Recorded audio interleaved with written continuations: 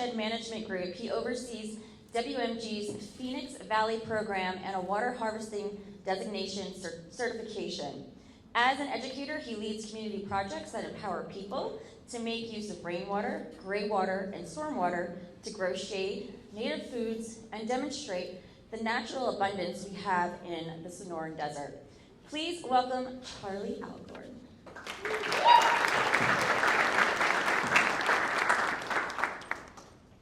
Hey everyone. Next for the introduction, Tori. I'm Charlie Calcorn. I work with Watershed Management Group, and we're a nonprofit. We're based in Tucson, Arizona, but we work throughout the Sonoran Desert. So we work in the valley, largely in Tucson, and then as far south as northern Mexico. And our work focuses on how do we restore our watersheds through restoring our urban ecology in our cities. So healthy watersheds and healthy cities. So I spend a lot of time thinking about our water resources: rainwater, gray water, stormwater, and our native plants. And I want to share some hopefully inspirational things and fun thoughts around how we could regreen the valley and what that might do for us. So a little stage setting in the valley. These are two pictures overlooking the Salt River. And so the picture on the left is showing, I think that's from around like 1880s, 1870s, something like that. And then a picture, that's from the Tempe Historical Museum, so awesome picture. And then the picture on the right probably looks a lot more familiar to what we see in 2022. What we don't have showing here is before the cart is there, and the tribal nations that were stewarding the land before we all, the cart arrived and continued to steward the land. Those groups largely saw rivers as sacred spaces. And just thinking about this as a timeline, I think from when the cart showed up to where we are now, we have largely taken our cities and cut ourselves off from the nature. And what that looks like is taking a natural space, what we have on the left, and putting a lot of impervious surfaces on there. We're taking a lot of the vegetation away from our cities. And we've, by doing that, taken away canopy for shade, and we've taken away areas for water to infiltrate. We've essentially changed the water cycle in our cities. And I think this is a great example of that, what that looks like. So on the left, and the thing that stands out to me in a big way is the infiltration. So the numbers of water, amount of water going into the ground. 25% shallow infiltration on the left, 25% deep infiltration. So 50% of the water falling in natural spaces, sinking into the ground. 10% of that is running off. 40% of it is a evapotranspiration, a cooling effect, which is quite pleasant. But then we put our cities on top of the nature, and now our infiltration, 10%, 5%, we're at 15% infiltration, 55% runoff. So now we've put our cities in a place, and especially in Arizona, rainwater, water, such a precious resource, we're sending 55% of it away to our washes, to other to natural spaces. We have evapotranspiration. And where that has us standing, or kind of living in, is our community health. I think so many conversations with friends, family, or how are people feeling, with how is our anxiety, people are unhappy, driving around, you can feel people's tension in the traffic, and people the mental health in cities, it's noticeable, and I think people are talking about it. General comfort in our cities, we hear the word heat island effect. Everyone's familiar with that term now. Walking around, just the idea of waiting for the bus underneath the shade of a tree versus waiting for a bus in the hot sun. I believe all of us have felt that just walking around. When we talk about sustainable food systems, it's always upsetting news, scary news that we hear about. And we hear the word food desert used throughout our cities. And then water, we've passed the spooky season, so don't Google this, but you Google Colorado River water, you Google Arizona water, those aren't uplifting articles that you're reading. Those are a little scary. Save it for 2023 October. 2024 October. So Oh, so the question, yeah, what can rainwater, what can native plants do for this? These are huge issues. These are, monstrous, scary looking things. Here's quite a simple picture. Nice little walkway. We have blue Palo Verde trees providing shade. Those trees are supported by stormwater, and that's free water. There was work done to get that, installed, that set up, but now every time it rains, water is falling on those trees. And what are they providing? They're providing shade for people walking down the street. They're providing, interesting study was done comparing a Chilean mesquite tree and a native mesquite tree. And if you were to put in a Chilean mesquite tree, non-native mesquite, in the ground, and look at how many pollinators it can support, it'll support about 13 pollinators over the year. If you put a native mesquite tree in the ground, that same shade-providing tree will support 60 pollinators. So putting native trees in the ground and putting native trees in our cities is going to support pollinators. Those are our bees, our butterflies, our hummingbirds. In addition to that, green spaces in cities, I was looking up a study, I think it was at the University of Vermont. Green spaces make people happier. It's that simple. Their study was something like, what are the words people are using when they're tweeting in a public park? And they found that people just have generally more positive words they use to describe things, to talk about things when they're in public parks. And I thought it was interesting. Phoenix showed up on that list of one of the top 25 cities. They saw like a large difference in the language people were using. I think it was number 13 in that study. So even in Phoenix, where we're a desert, our public parks, like, they're stereotypically not that green. People deeply enjoy them and they value them. Then talking about food, and I gotta express a little bit of jealousy. I'm coming from Tucson because I think Phoenix does have a pretty vibrant food scene here. I was watching on Netflix that there was someone saying that Phoenix has arguably the best pizza in the world, and I hope I get to wait in that line for 3 hours or however long it takes to have that pizza sometime. But how often do we talk about the food that's growing in our backyard or on the hikes that we're going on? And we use that word food desert, and that's a very real term to use. But I think when I think of the Sonoran Desert, the desert we're in, it's a food desert because it's abundant in food. There's hundreds of food-producing plants in our desert.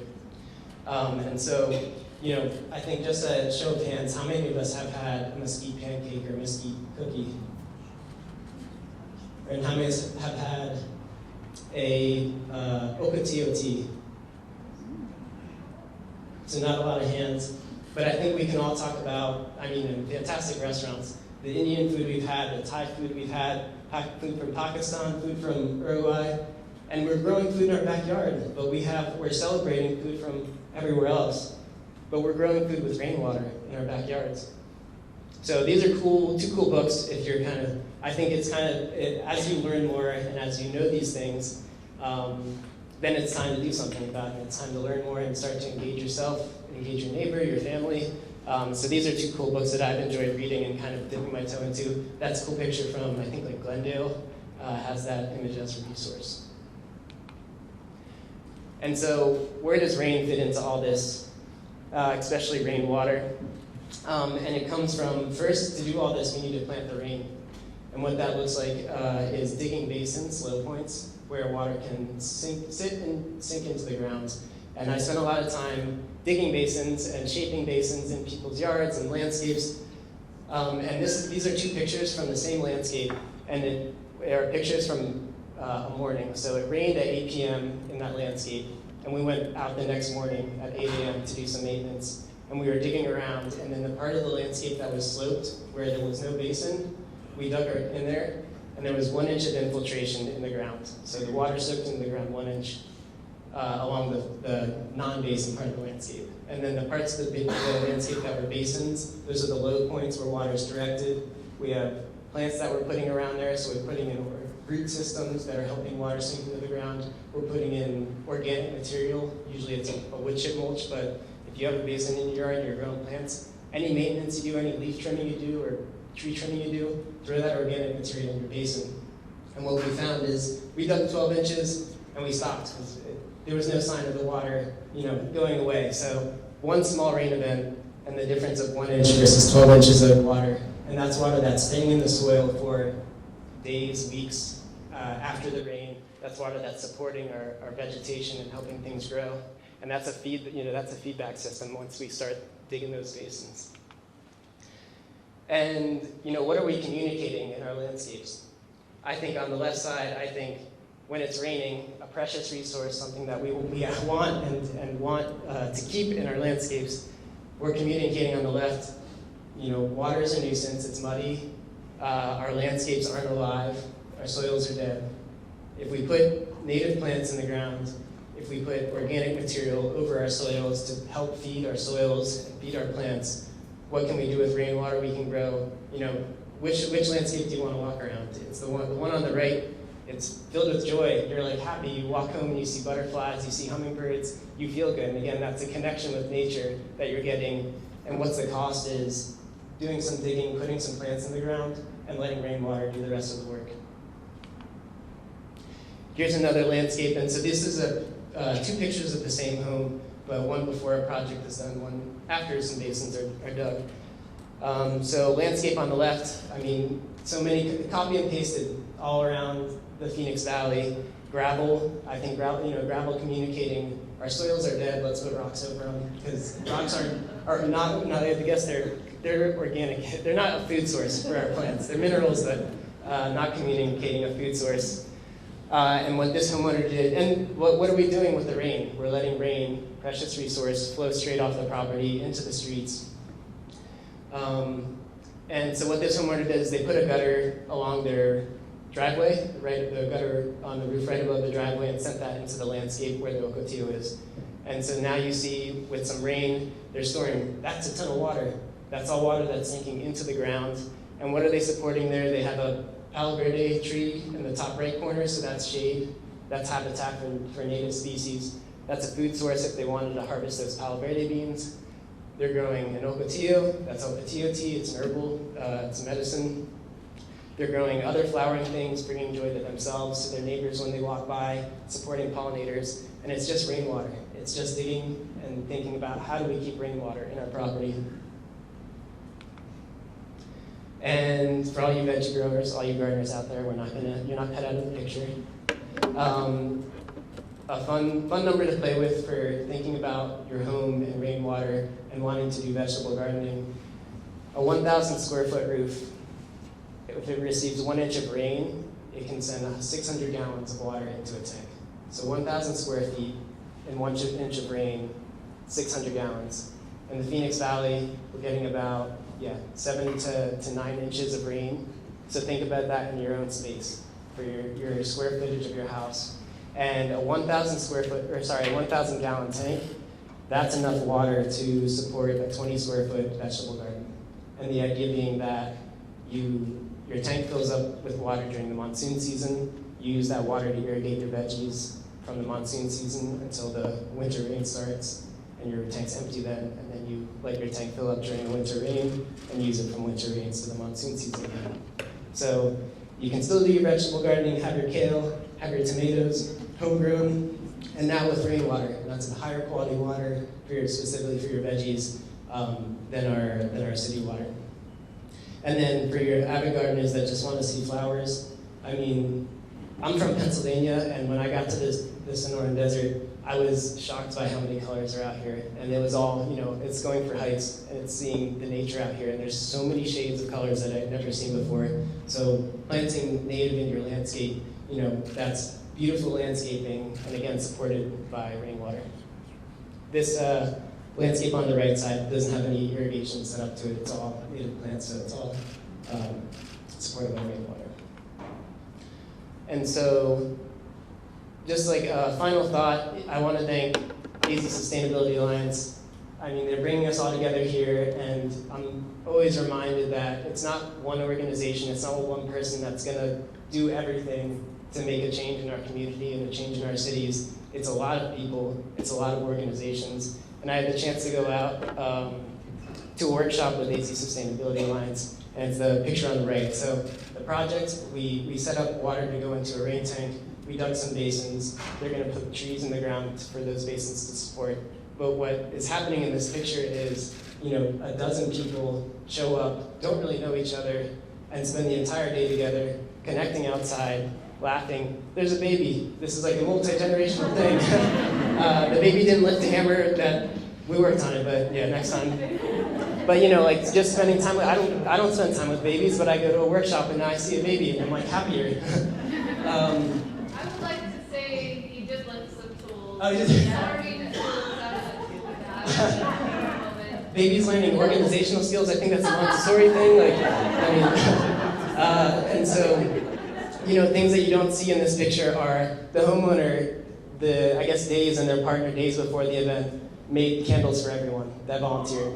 And so, what are people walking away from here? The education that was provided at the workshop, and thank you to AZSA and all AZSA Sustainability Alliance for the events that you set up, for the education you provide. But people walking away from this, they're feeling more connected to their community and essentially strangers that you just laughed and played in the dirt with all day.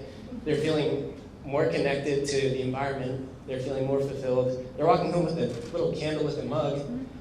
And then they're walking home with education that they wouldn't have had. And so now I think of it as each one of those people that went to that event, now they're the change makers in their friend circle, in their neighborhood, in their community. And I just really appreciate the AZSA Sustainability Alliance for creating those spaces.